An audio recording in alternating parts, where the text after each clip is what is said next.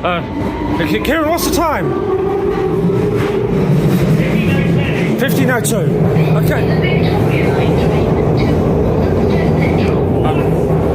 Right, so hello and welcome back to another railway journey video. We've just left Walthamstow and we're travelling the entire length of the Victoria Line. So this is the Victoria Line train to Brixton. So this is Walthamstow, where we just started. Going to cut through Black Horse Road, Tottenham Hale, Seven Sisters, Finsbury Park, Highbury and Islington, and into King's Cross, and then going to continue all the way through Euston, Warren Street, Oxford Circus, and going to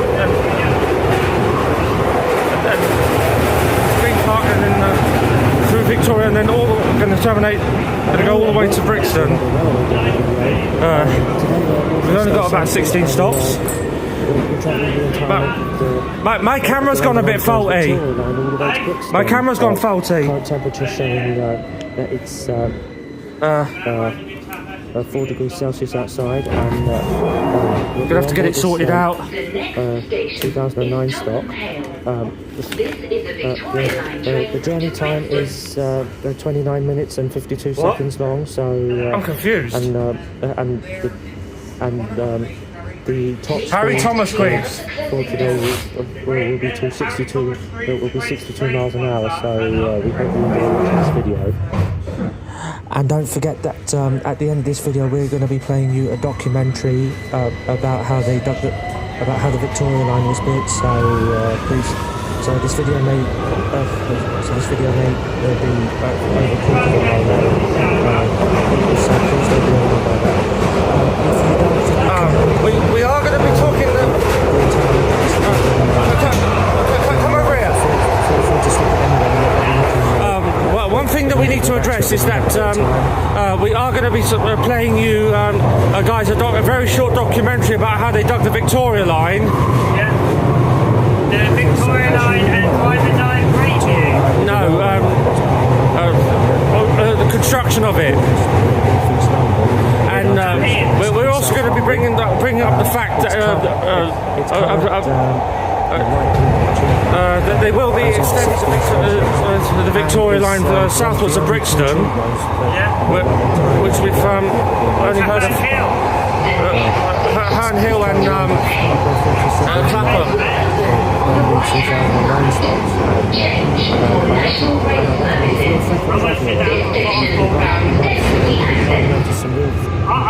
Did you get a shout out in it? No, my camera went faulty. Oh dear. She just about missed it. Yeah. I'm going to have to get it sorted out as soon as we... Here you go. This is Tottenham Hale. Change The here. Victoria Line first opened in London Underground history here at Tottenham Hale.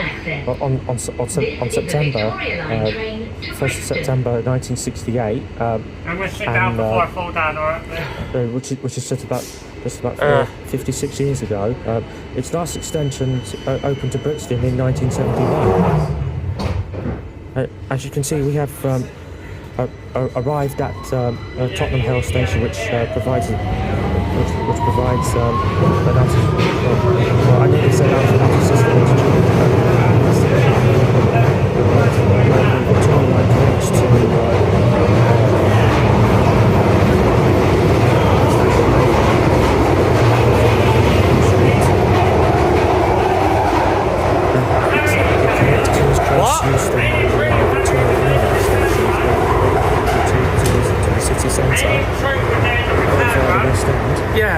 If I can get my camera sorted out. Well, you might have to film it and back on your phone, you know? Yeah, I'm doing it on my phone right now. You're doing it on your phone for part 1 and then try and do it on part 2. It might have to be separate videos. I don't want the video to be too long. Otherwise my subscribers get bored. Yeah, same as my one there as well. Where we at? Seven Sisters. What's your favourite Victoria Line stop, Mr. Magnus? No, that one. Pick one on a scale from 1 to 10. Okay guys, don't forget that here at Seven Sisters there's a platform that's used by trains accessing the depot after they've terminated here. We've literally started filming quite a bit late because when Keen and I got to Seven Sisters, we had to wait. We had to wait here for Andrew to turn up. So oh, nice, wicked. That was just basically it. And also, we kept trying to phone Jacob to see what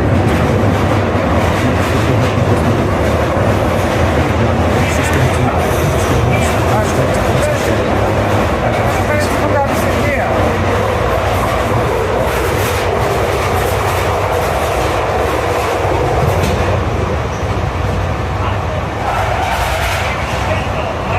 Jacob was going to come out and join us today, but we couldn't get hold of him. He kept phoning and phoning and phoning and phoning and phoning him like that. He did not pick up. I was just suggesting something to the people.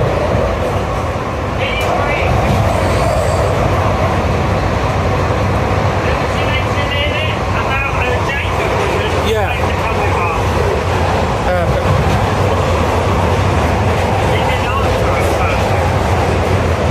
Technically, this is Billy's local line. Yeah. Well, Millicent's local line, yeah. Yeah.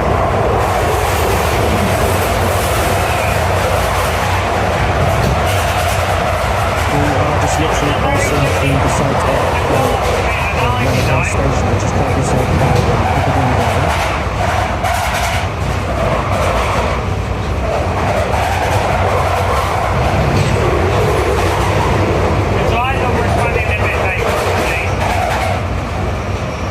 Yeah, so are me and Kieran. I told Kieran to get the Metropolitan line to King's Cross and then get the Victoria line up all the way up to Walthamstow, but he didn't listen to me.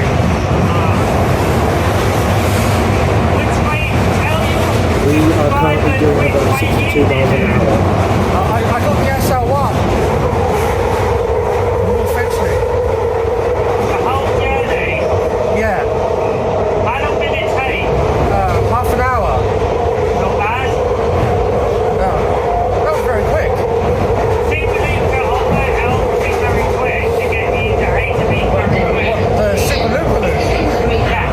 Did you mention in your next video what the next link is going to Piccadilly be? Line and National Rail Okay, Services. this is Finsbury Park, This where we station provide has access to temporary the... access. Have you heard the Piccadilly line is still part suspended on the Uxbridge branch? Yeah. Super Looper Loop. Super duper loopy. This Keep the is camera focused on you, my dear friend. Change here for Thanks. Piccadilly Line. Okay guys and girls, this is Finsbury Park, where we provide cross-platform interchange with the Piccadilly line, and we also connect with the East Coast Main Line above us. Right, our next stop's going to be Highbury and Islington. Well, firstly we dive under Drayton Park, Great Northern. And we basically bypass it. Hey, did you notice that I wrote a proposal for London Underground to split the Northern Line, Charing Cross branch into a number 2 line. Yeah. This is the point where we go into the fastest section of on the Victoria You line just between pointed the that bit stations. out. No, but we do not stop at Southwest Drayton Park as the line will cut any platforms there for the Victoria line. So split it up, our fast extend it. so our route Well, that's my idea. To extend it out from Brixton. straight all the way to Highbury and Islington. Where did I get Brixton from? It's King's Cross. Euston to King's Cross, where it can go along the Victoria line tracks to Highbury and Islington. And then Sorry guys, I seem to be getting a little Charing Cross line. Well, what I actually meant to say that they should extend it out from Euston on the Charing Cross line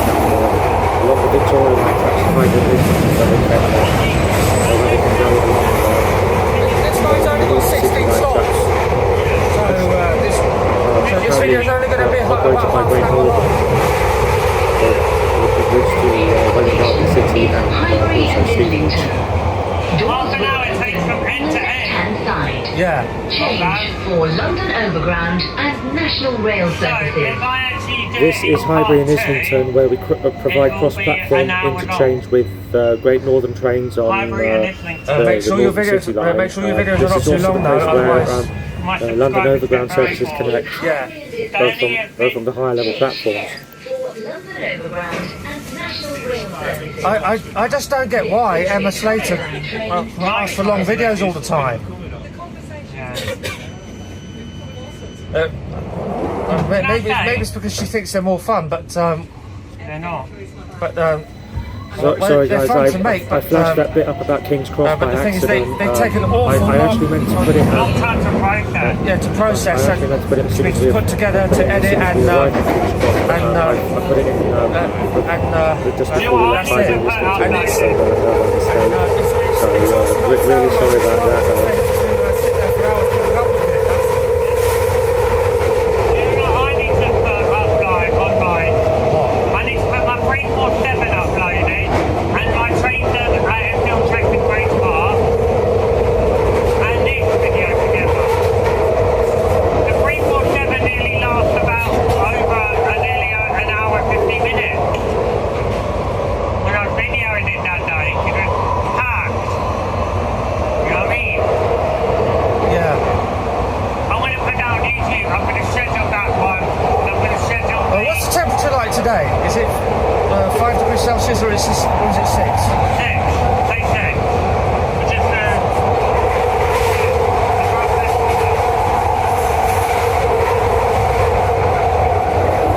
what's the main problem with the Victoria line? Well, it's made up of 7 sisters. That's where the train's going to come out and go to the capital. And also the car. The main one is Victoria. Yeah.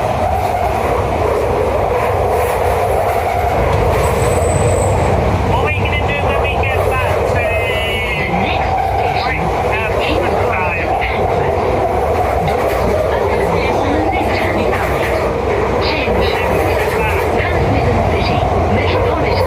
It wouldn't be dark when we get back.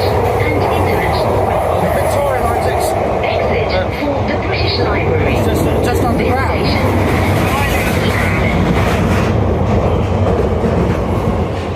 The Victoria line is the only deep level This tube is line today's King's that Cross is station, runs which entirely connects the underground. two One main of the line only two tube lines that runs entirely underground. The other, London King's Cross being on the the East small Coast one, Main Waterloo Line City and line. St Pancras International on the Midland we're on the Main wrong Line. side. This is also the place where 6 different tube lines meet here, including the Wow. including the Metropolitan How many line, people getting on here, mate? and there's also home to the British Library and that's just basically it. It's only 3:15. King's Cross, quite famously, is the third busiest on the underground network compared to Charing Cross, Euston, and Waterloo.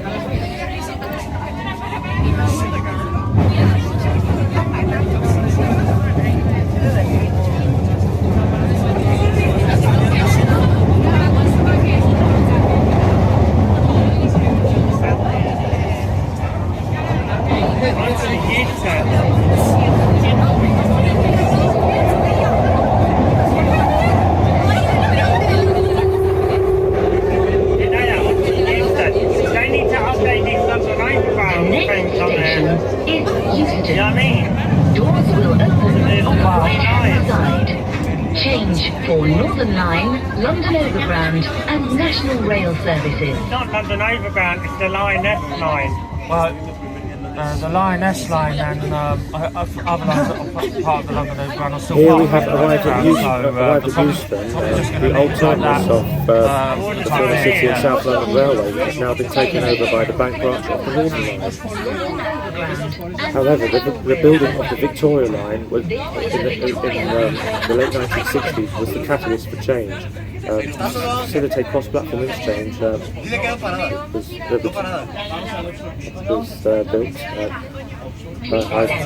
of the closing doors. This is where a signal box Wow, it's only taking 15 on minutes to Coburg get Street here. controls both the Northern and Victoria Same. lines. There's the southbound Northern line To Morden. to Morden, yeah, via Bank. Correct. If Village Charlotte weren't working today, they would have come out and done it with us, right? They both got the day off. I covered the Victoria line with them last time. Yeah.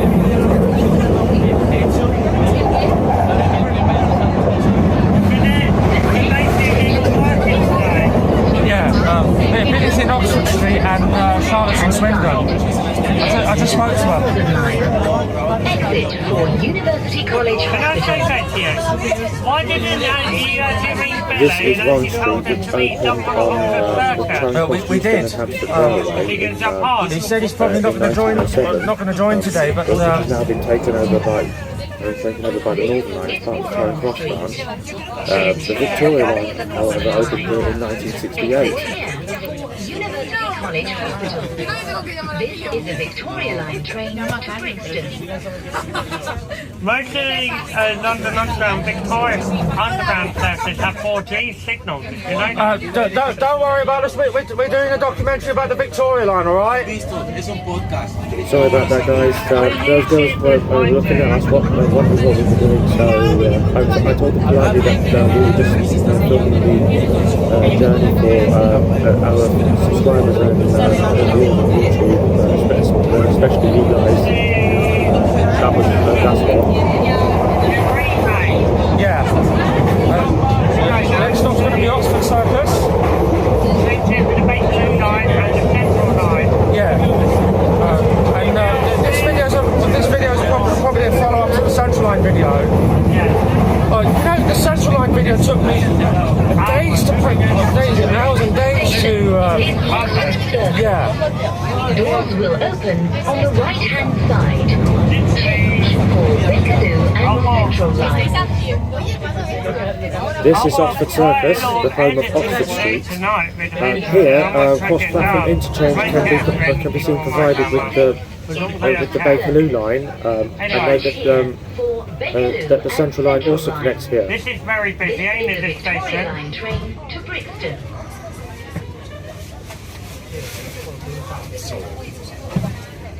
Let me sit up where you are, mate, because I don't want to get better that way, you know what I mean? Yeah, keep the camera focused on your face.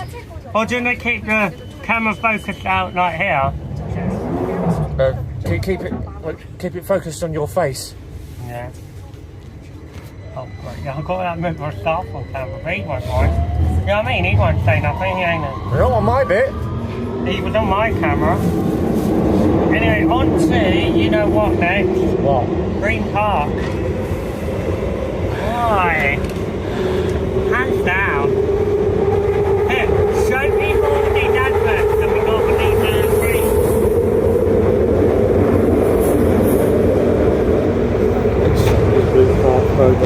What's the next journey you're doing on the underground? Turnbank. After the Victoria line I'm talking about. Don't really know. Could be a recording of the Circle Line from Hammersmith to Edgware Road, clockwise. Is Green Park. My name's on Edgware Road back to On the right-hand Hammersmith. side. Change for I've already done that Piccadilly route. and Piccadilly lines. So you can... Exit for Buckingham Palace. Maybe get one more This district station line has from. step-free access. the Olympia shuttle. Yeah, get High Street Kensington to Kensington Olympia. This is Green Park again, That won't take where too long there's to do anyway. interchange You want to mention where we are with now? the Piccadilly line. This is Green Park. However, a quarter of all Victoria Line stations are shared with the Piccadilly line. And now the including here at Green announcement's gone Park faulty. and at King's Cross and Finsbury Echoing. Park. Yeah. This is a Victoria Line train. However, the new Jubilee line adds a further Currently being held as a red signal. We should be moving dimension. again shortly. Please stand clear of the closing doors. Well, that was actually not a delay, wasn't it? Maybe they just made a mistake or something. Whoa, that was Somehow. quick. off to Victoria now. The next stop is going to be the main hub of the line itself. The name of the line itself. Which is? It starts with a V. Victoria. For the Circle and District lines. Check the local bus services to Lewisham, you know? And then I found out the only interchange that doesn't have no interchange on it is Pimlico. You know what I mean? Yeah. Pimlico is the only station on this line. So no interchange with nothing. The next station is Victoria. Doors will open on the right-hand side. Change for Circle and District lines, National Rail Services and Victoria Coach Station. This station has step-free access. Someone told me This is Victoria, the main station like, on the Victoria line. To get out of London with, you know what I that's mean? the busiest. So literally close to Hyde It Park. connects with but, National Rail this Services is not the from the station mainline for it. terminal, which is above us, and provides Victoria. and provides connection with Can I say something? If our train gets to seven coach services stations on from the the way coach station back, nearby. Access. This is also the are place we where we going meet to with curtail it there? the Circle and District Are we lines. going to continue it? Continue it. Customer information. This station is fully step-free. Customers How's Kieran doing up there? Hey Kieran, having a nice ride? Yeah. Come and join us, come join us. Come and join us, mate. Oh, well. Come and join us, we need company. The great king of the cast has come to join us. Yeah. Yeah. You're having a nice ride there? Oh yeah, very much. Let's enjoy it, keep calm, and carry on. What do you mean that is decided? Yeah, that is the siding, mate. It's reversing siding. Where you can go back onto northbound track. Terminate, turn around, and then go back. You don't see many Victoria Line trains do that these days, you know what I mean? Yeah, it's only doing plan engineering work. That's all. Yeah. Next stop is Pimlico. Alex kept on encouraging me to film at Pimlico. That's why he's trying to encourage me as well. I told him just to leave me alone. I don't want to talk to him. And did he listen? Yeah, I told him just leave me alone, otherwise I'll tell you off. He didn't listen to me. Doors will open That's why I had to block him. on the right-hand side. Exit for Tate Britain. This is Pimlico, where we cut across the Thames and go into Vauxhall. What time you gonna get home, Kieran? Well, what time are you expecting to be home, mate? I just want to go home early because I've got work. I'm gonna stand up now. I'll tell you that it's St. Joseph's. This is the Victoria Line Yes, train to well- Brixton. Kieran, and I'll be up here, I'll film it. Where's Jacob? I don't know. Don't know. I don't know where he is. Thought he'd God. show up. Thought he was going to show up or something. I might have no idea now. It's fine. Pimlico. On to Vauxhall. Ah, well.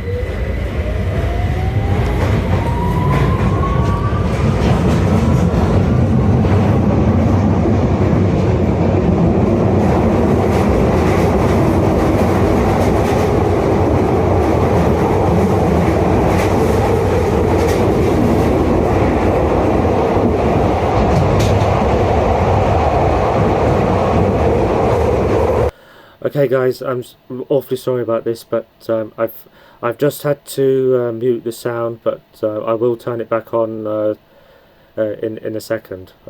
Please bear with me whilst.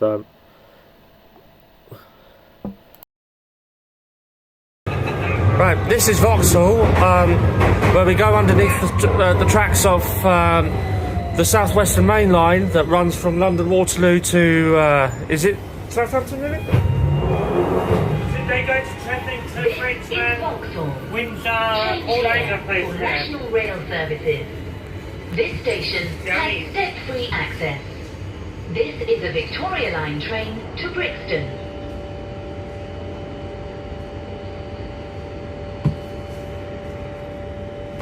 Yeah, Harry, can I say up? What are you saying, Kieran?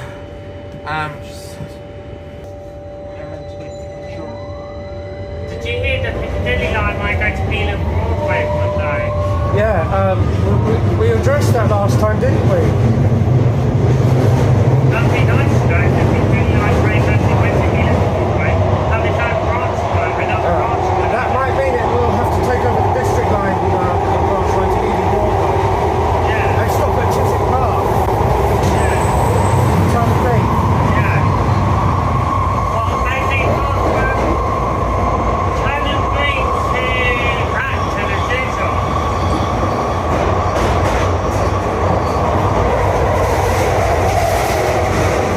You know, if TfL are actually going to go ahead and extend the Victoria line to I wouldn't recommend taking it from Brixton. Go along the tracks of the Northern Line. Yeah, that's yeah. And then every day line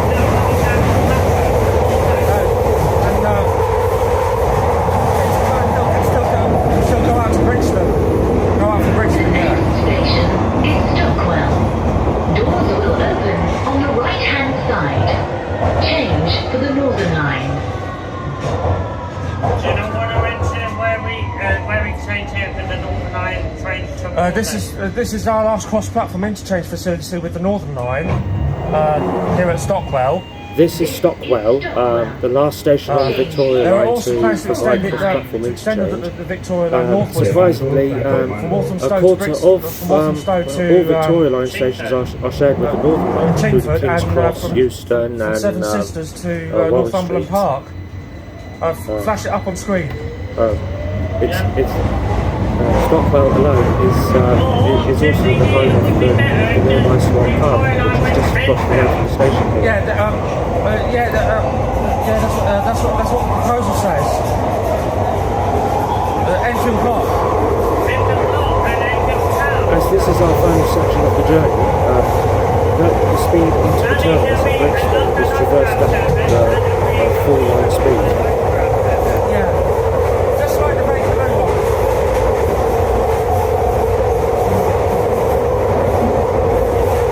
There's no BTP announcements on this. There's no BTP announcements on this train.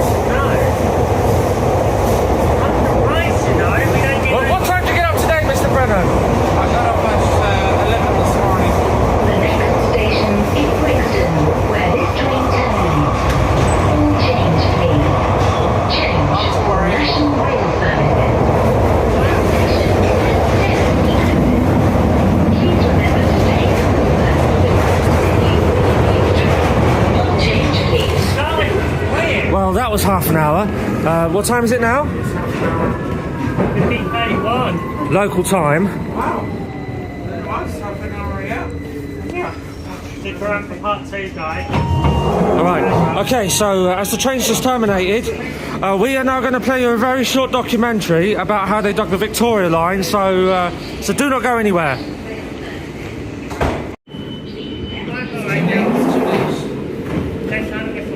Sound the whistle! We are now going to play you Thank you! documentary about how the Victoria line built back in the early 1960s. So a couple of bits have been censored due to copyright, so please don't be alarmed by that.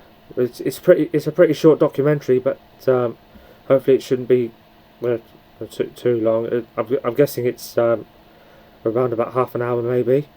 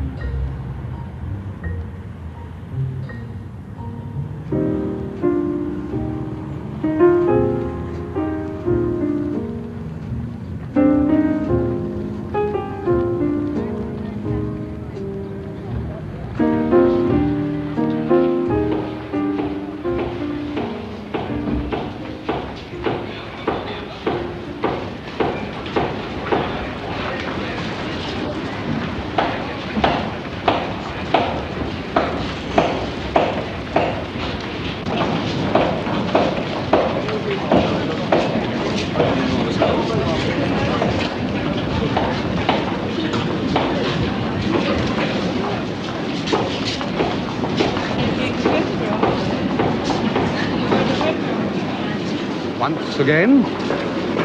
They, with a capital T, are sorry that we've been troubled. But for once, can the inconvenience have been worthwhile? It all started rather more than 6 years ago, in 1962. But they really got weaving in 1963. August bank holiday time, to be precise, when over a single weekend they turned London's Oxford Circus base over apex.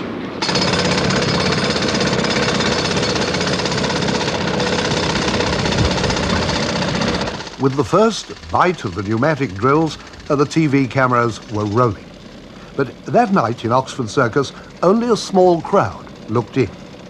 It was the weekend. Most people were out of town. And the models who saw it all in the fashions of 6 years ago couldn't talk. So an operation began which had been on the drawing board for 18 years. It was, of course, raining. This was D-Day.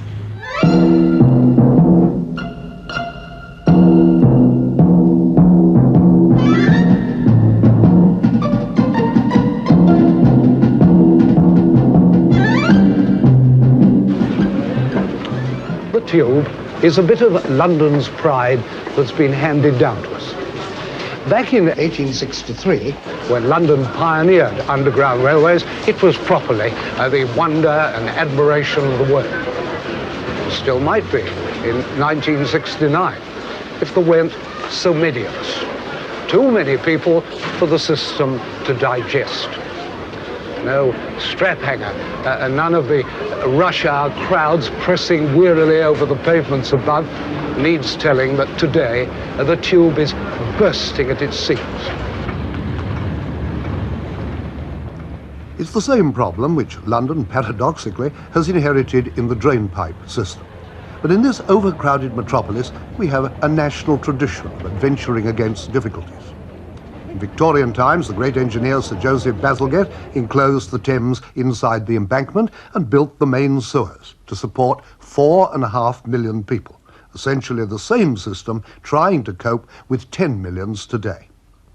In the 18th century, we established the canals, waterway roads. In the 19th, we led the world with iron horses. In the 20th, the technological age, it may be that the descendants of the Industrial Revolution are not so unworthy after all. Look at this, London. Here's the plan, conceived decades ago, to relieve the indigestion of London's traffic by tunnelling a new tube line from Victoria to Walthamstow. Twin tunnels of 10.5 miles to link 4 mainline termini, Victoria, Euston, King's Cross and St Pancras, to slash right across the existing system and bring the underground to a new region in the northeast. By any standard, it was a hell of an undertaking. No one knows all the secrets which lie under London's streets. The advantage the new pioneers had, in place of the picks and shovels, hammers and anvils of their forebears, were the machines of modern technology.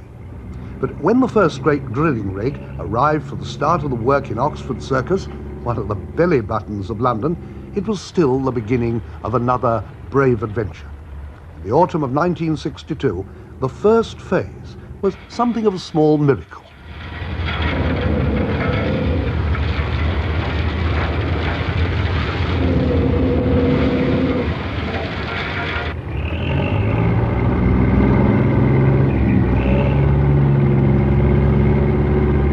Before they could begin mining underneath, they had to erect an umbrella, a steel overpass for the traffic streaming overhead from the 4 points of Oxford Circus.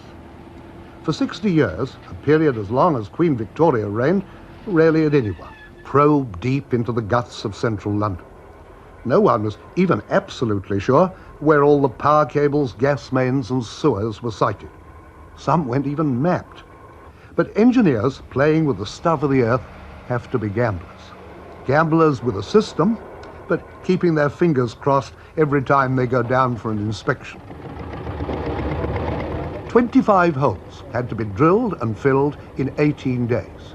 3 feet in diameter, up to 50 feet deep to get a footing in the London clay.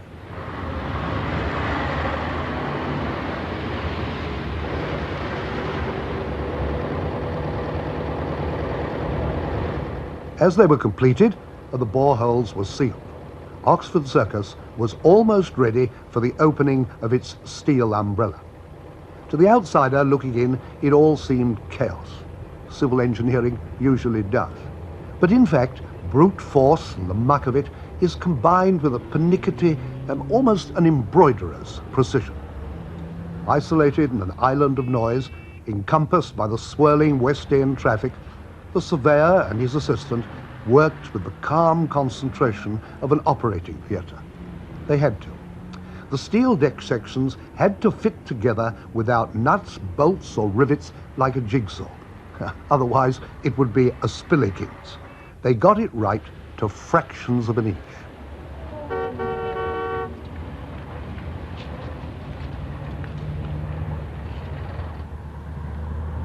Came that August bank holiday of 1963 when traffic and pedestrians were diverted. On the Saturday, the steel parts of the new umbrella, colour-coded and numbered, were ready. The target was that Oxford Circus had to be open for traffic by 6:30 a.m. on the Tuesday. Here's the story of a mere 65 hours.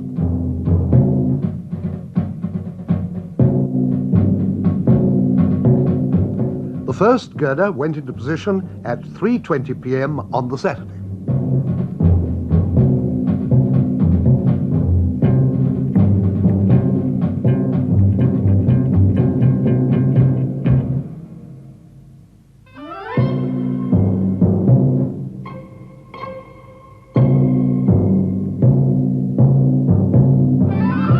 Later that afternoon, the centre rib was nearly complete.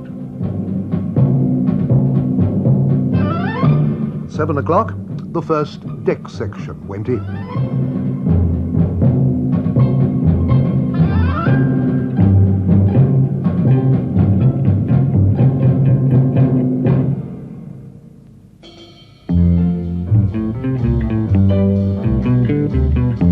The night shift took over, and the sections continued to fit.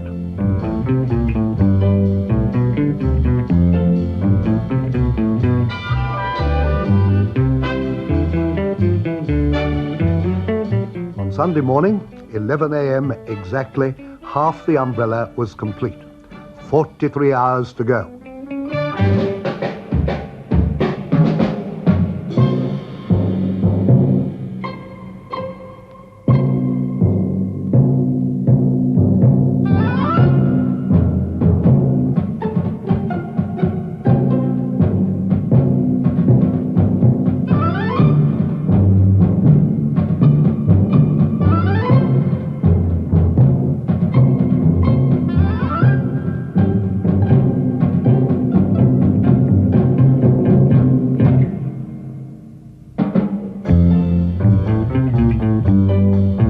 Sunday night, 30 hours and 40 sections to go from midnight. The one that doesn't fit has got to be this one. It's the last, and it does. 245 units in position in an average time of 11 minutes each. Just after midday on the Monday, with 18 hours to finish off the details, it was all over, bar the congratulations.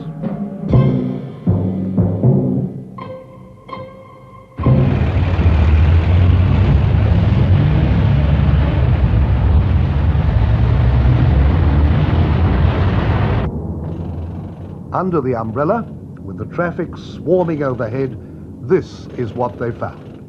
A maze of pipes and conduits, power lines and drains. Just 2 feet, 6 inches under the road surface, London spilled over like a plate of spaghetti.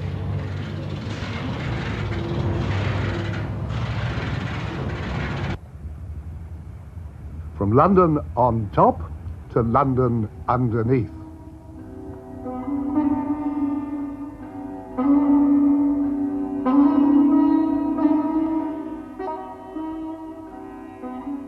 While they got to work at Oxford Circus, constructing the new ticket hall, escalator shafts, stations and subways, all along the line, men and gear were lowered down working shafts dug to tunnel depth.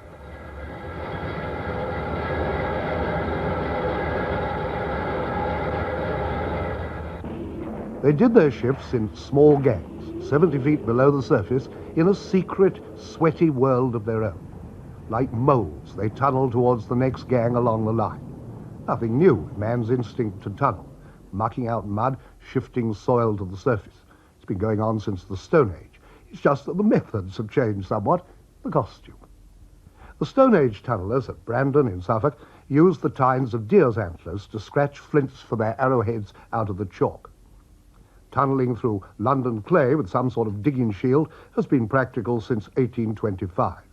The first one had 12 frames side by side with 36 cells, in each of which a miner worked at the face.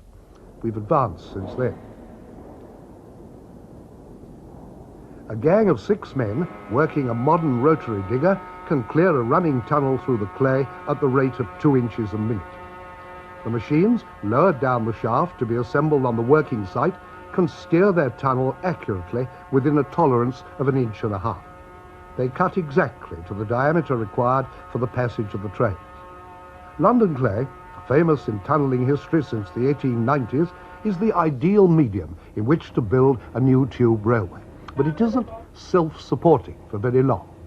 So the tunnel lining ring must go in quickly behind the digging shield. 1 lining ring every 2 foot advance. Once every 15 minutes, the miners assemble a self-supporting ring of concrete behind the digger. No nuts or bolts, they just pack the segments under power and pressure into place. Up!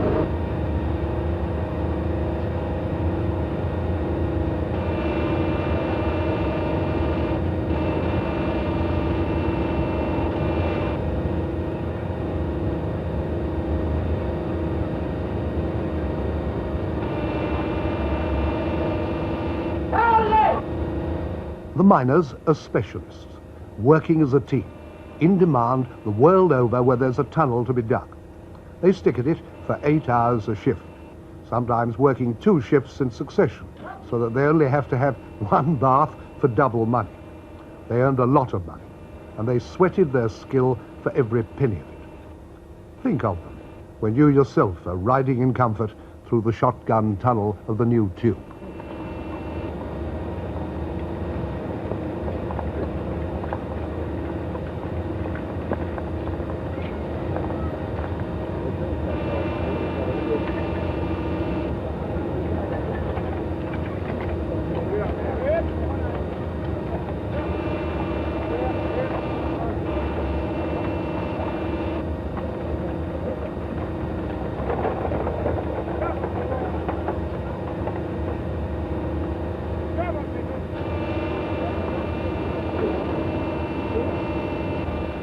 Behind the shields, cutting the tunnels, there are long sleds and belt conveyors to get rid of the spoil. If you dig a tunnel, as any rabbit knows, you must get rid of what you kick out of it. Muck, that's what they call the clay, comes out fast. Skip trains haul it away from the diggers and a belt conveyor to the surface.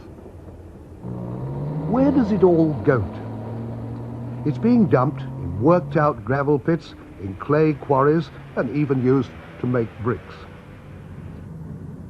It's probably true that what makes the land of Britain has been pushed about by industrious humans more than any other country in the world.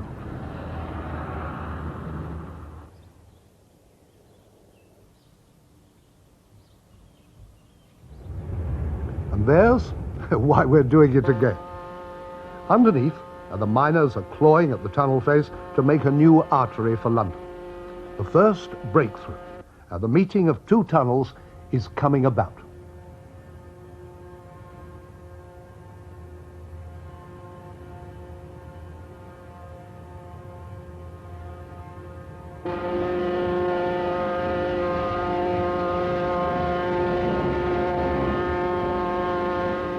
The engineers, those cool men, are satisfied. Somebody else seems rather pleased with the result. Running tunnels are best cut with mechanical diggers. Big diameter tunnels with cast iron linings are dug more economically by hand. Stations have big diameter tunnels. Londoners had little notion what was going on under their feet as the labourers laid into the Oxford Circus underground complex in 1965. It was work for big, strong and enduring men, for men with iron in their arms and buttocks for the shovel rather than the machine. It was a return, in some respects, to the methods of the Victorian engineers. Muscles to match the iron determination to face the task.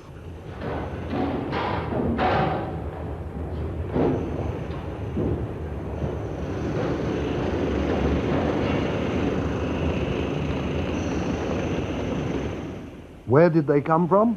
Where have they come from so often in the story of these islands? Sons of Ireland, almost all of them. Descendants of the formidable navvies who dug the canals and laid the railways.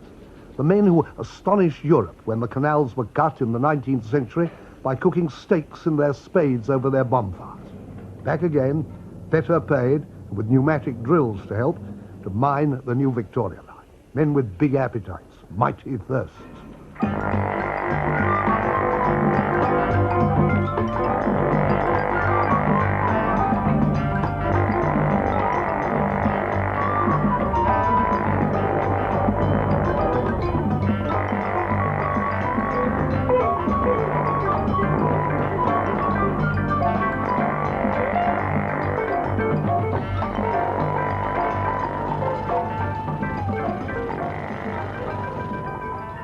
It wasn't all plain sailing. While London slept, at a weekend in October 1965, a diversion was necessary at Finsbury Park to make life easier for future Victoria Line passengers. As a tremendous concession, the engineers were given 15 hours without trains to effect the changeover. The last train of the night went through, and the passengers caught a fleeting glimpse of what was in preparation.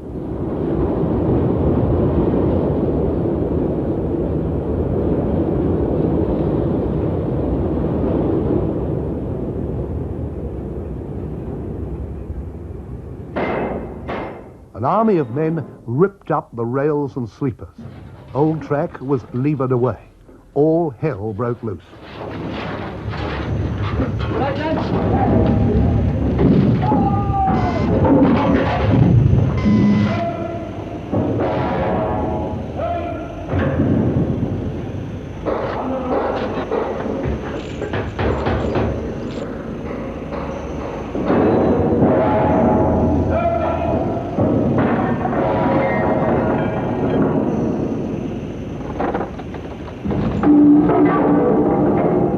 Temporary craneways, built specially for the job, lifted the awkward loads onto wagons which carried them away down the old tunnel.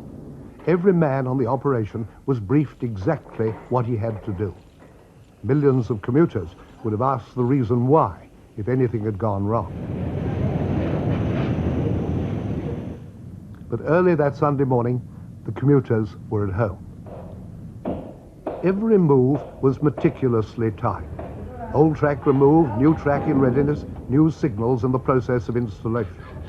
What they did that night reminds me of the miracle of improvisation which was achieved on D-Day in the war.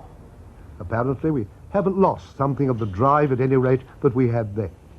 Today, as always, we're much too inclined to blame ourselves for what we failed to do. But this was a neat bit of work, even if it was only a little bit, to divert an underground railway from an old line to a new one in 15 hours. The first train came through as scheduled on Sunday afternoon.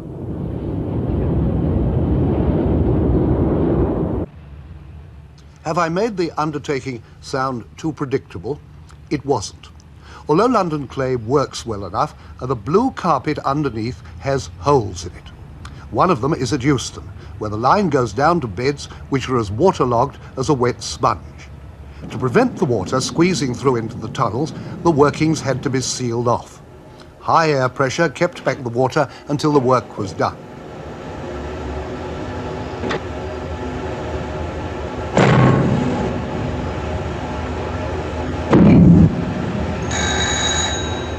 It was like an episode in Doctor Who.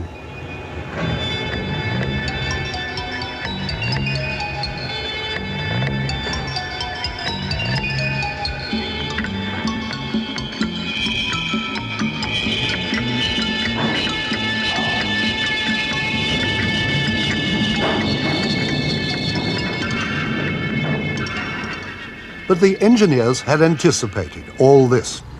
What they didn't expect happened in September 1964, under Green Park. A tunnelling shield working in the clay ran into an unknown pocket of water-bearing gravel. They had to dig the rig out. The wonder is that in a vast engineering undertaking, an investment of £70 million so far, that was the worst that happened.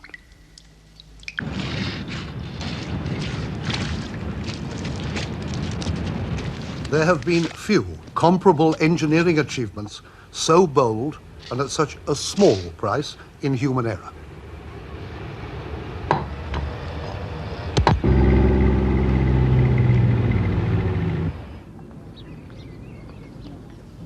During the hottest summer weeks of 1966, the engineers knew exactly what they were up against.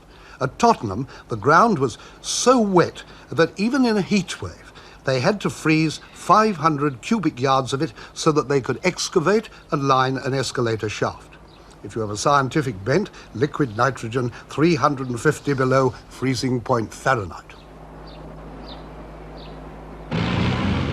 King's Cross was another cross to bear. Railwaymen know it as the menagerie. The reason why is that so many systems above and below each other converge here. Through main lines from the Midlands and the East Coast. Cut and cover underground railways, the Met and the Circle, the Hotel Curve and the widened lines. Deep tubes too, the Northern and the Piccadilly. King's Cross is riddled with railways. The Victoria Line, the newcomer, has been threaded through the eye of a needle. To get it through, and under and over job, without old tunnels collapsing or lines distorting, specially strong tunnelling shields with more than the usual number of rams were used to support the clay at the face. The new tube station was lined with steel rings instead of cast iron, and the stresses arranged so that they reached not into other tunnels but into virgin ground. The result of it all? Well, King's Cross still stands where it did.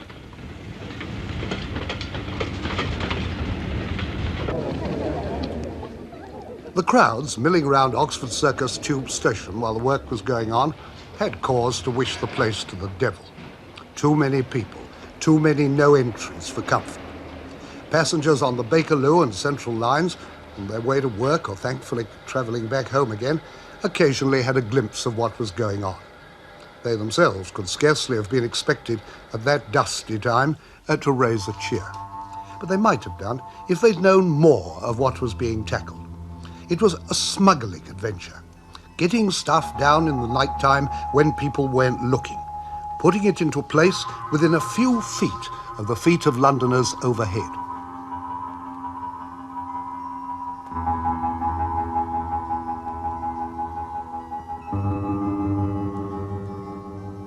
Just how difficult an adventure was the challenge which faced the miners of the Victoria Line when they got to the point where there was a store sitting on top of them. The southbound station tunnel had to support the weight of Peter Robinsons. Hats, dresses, tights, undies, and all. The store has 3 basements.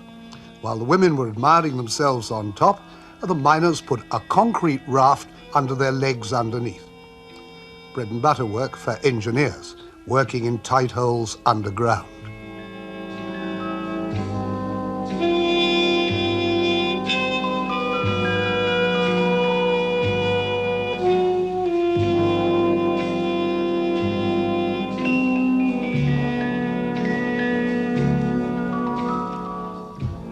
Two worlds. Up above, where everybody feels as safe as houses. Down below, where they carry buildings on their shoulders.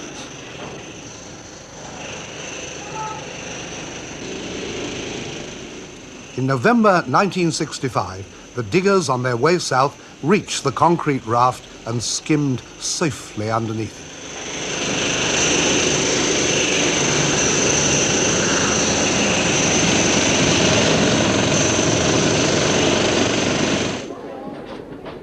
She couldn't care less.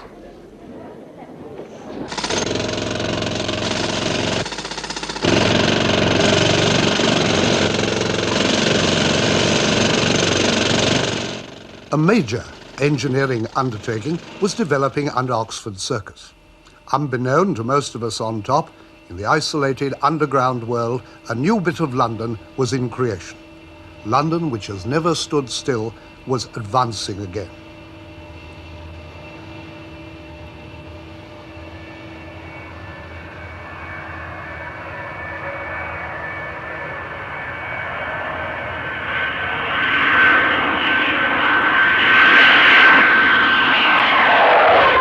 In September 1966, a moment of tunnelling history.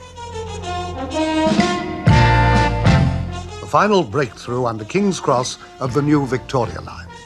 There were no celebrations.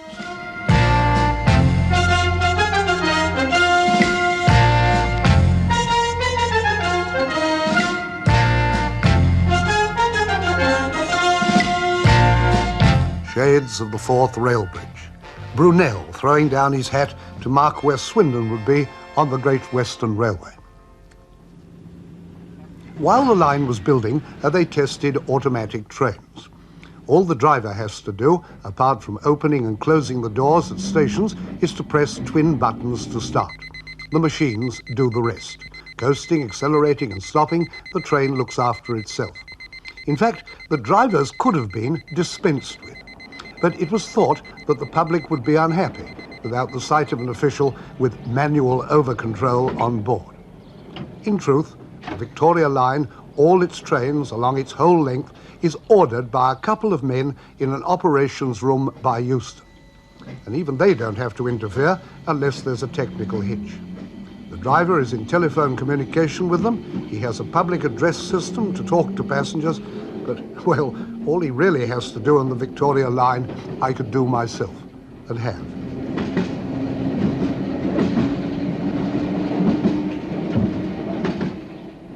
Obviously, London can't take all the credit for the new line.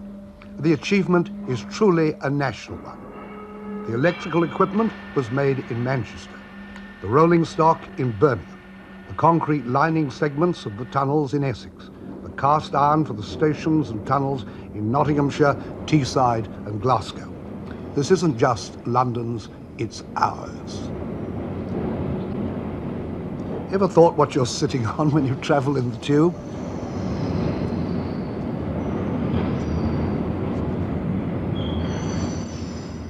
In the experimental phase, they didn't forget the passengers. Iron ones, patient, uncomplaining and heavy, 20 stone each, provided a simulated rush hour load for braking and acceleration checks. Each experimental train became a mobile laboratory, driven manually and under automatic control. Boffins studied performance, satisfying themselves the way boffins do, with graphs, slide rules and tape measures.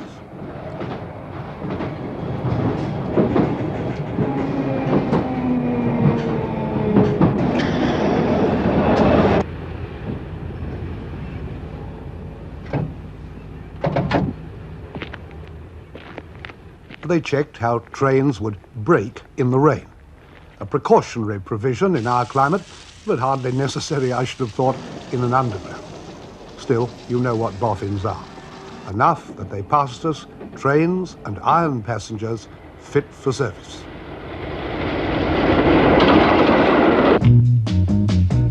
Trains can't work without rails. Anyone who has stuck the rails of a toy one together knows how easy it is for the whole caboose to turn over. I wonder how the experts get on with their children's toy trains at home.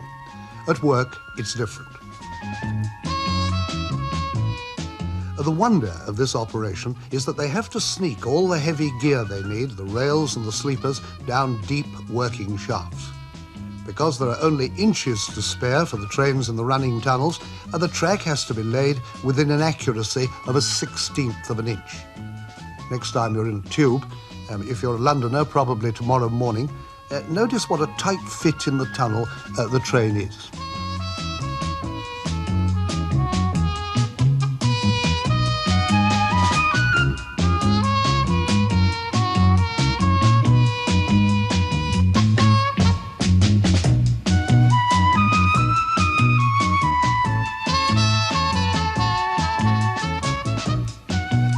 Nothing new about a cement mixer. What was new is that it becomes a little more difficult to install and operate when the stuff for the pudding has to be lowered into a netherland and mixed in a plant which in its turn has been humped to the bottom of a working shaft. Millions of tons of concrete were needed for the bed of the new line, all to be shifted load by load through the complex of new tunnels.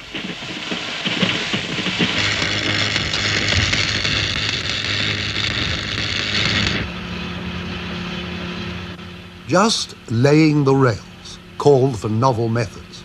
In 300-foot lengths, they were brought to the working sites in special battery-driven trains. They are highly flexible and quick to lay.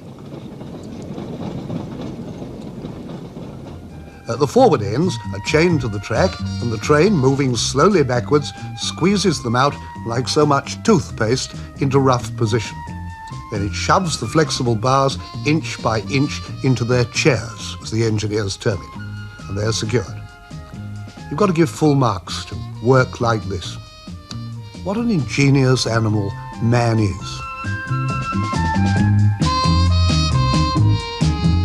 Rails for trains, escalators for people. The Victoria line has called for 42 new escalators. When London's first moving staircase began to run at Earl's Court in 1911, a man with a wooden leg, he was nicknamed Bumper Harris, was employed to ride up and down all day to show Londoners how safe and easy it was. Londoners don't need reassuring anymore, but the engineers do. Working on full load, 1.6 passengers per step, 5 tons on 50 steps, the escalator must stop in an emergency in 4 feet 2 inches average. It does, but carry dogs and fold your pushchairs. After nearly 6 years came Easter 1968. While the rest of us were on holiday again, it was time at last to fold the umbrella over Oxford Circus. They folded it so fast that time schedules went for nothing. The traffic rolled again, but not over the old Oxford Circus. A new wonderland had come into being underneath. You can call this lighting up time. When the hour came last year to open up the first sections of the new line, the signal went to Lots Road to switch on power. An exciting moment for the electrical engineers. They'd done their homework, but they wouldn't have been human if when the signal went to check, they didn't stand and stare.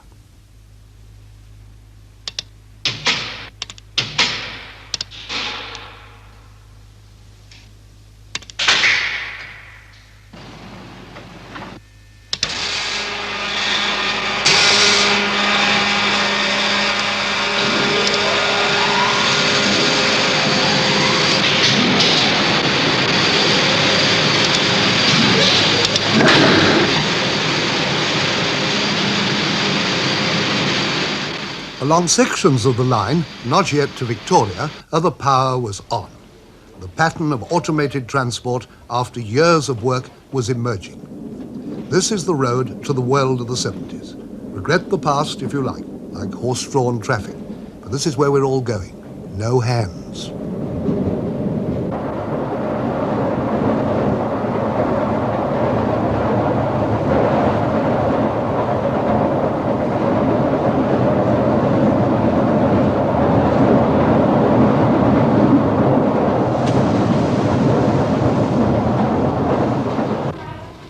Most people on the platforms don't know yet how closely they're being watched on television screens in master control offices. The girl doing her hair doesn't know yet that it's a two-way mirror with a view from the other side. Not quite Orwell's 1984 or Aldous Huxley's Brave New World, but here it comes, inexorably, unavoidably, inevitably.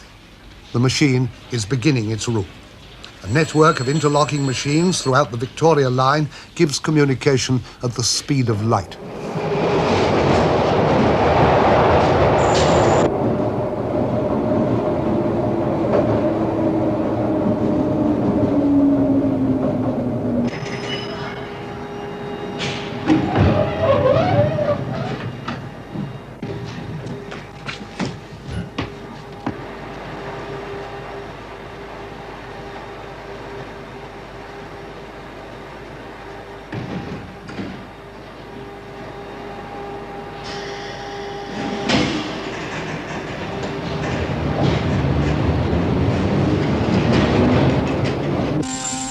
What we used to call a pianola, a punctured strip playing the piano for people who can't play the piano, programs the traffic operations day by day of the whole line.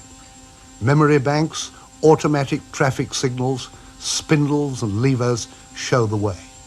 A complete week's programming is on one roll, and it clicks forward from one day to the next one. In the rotunda control room for the whole of the line, two men effectively watch how every train moves, how every passenger moves. With their monitor screens to watch station traffic, telephones to talk to every driver, this is the most advanced underground system in the world. A marvellous contribution to London's traffic problems. A marvellous achievement by the engineers and contractors. To keep up with the modern world, London couldn't have produced anything better than this.